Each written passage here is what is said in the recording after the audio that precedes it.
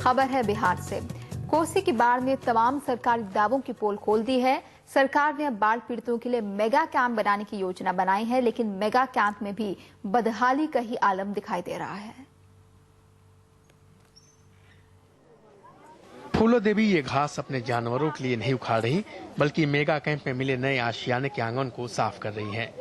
मधेपुरा की रहने वाली फूलों का घर बाढ़ में बह गया। तमाम राहत कैंपों में कई रातें गुजारने के बाद वो बड़ी उम्मीदें लेकर इस कैंप में पहुंची हैं। यहाँ मिले टेंट में छत तो है, लेकिन फर्श घास फूस का ही है। ऐसे में सांप बिच्छुओं का डर है।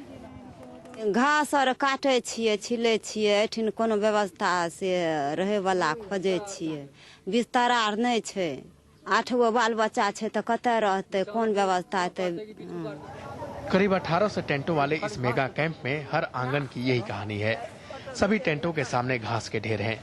कैंप में कोई बिस्तर नहीं मिला, इसलिए बच्चे बूढ़े सभी जमीन पर ही सोने को मजबूर हैं। यही नहीं, खाने में सिर्फ चूड़ा चावल मिलने से अब इनकी तबीयत भी बिगड़ रही है। अपना जो अरबा चावल मिलता है, बच्चा सब बीमार पड़ जाता है। यहाँ खाने के लिए अच्छा तरह से नहीं मिलता है। वो चूड़ा मिलता है सुबह में, वो काला चूड़ा देता है, वो चीनी, उससे क्या होगा। बद इंतजामी के बावजूद बाढ़ पीड़ितों के पास कोई और चारा नहीं है। ऐसे में कैंप की बेबस जिंदगी धीरे धीरे रफ्तार ही पकड़ रही है। सरकारी वादों से खिंचे बाढ़ पीड़ित यहाँ लगातार पहुँच रहे हैं, लेकिन कैंप में टेंट न होने की वजह से खुले मैदान में जिंदगी जीने को मजबूर है।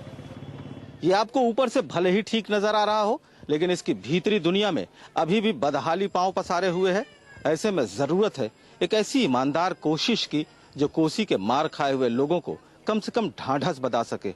और अगर इतने के बाद भी ऐसा नहीं होता है तो आप खुद सोच सकते हैं कि आखिर इनका गुनाहगार कौन है। सहरसा से कन्हैया के साथ अजय सिंह, एनडीटीवी इंडिया के लिए।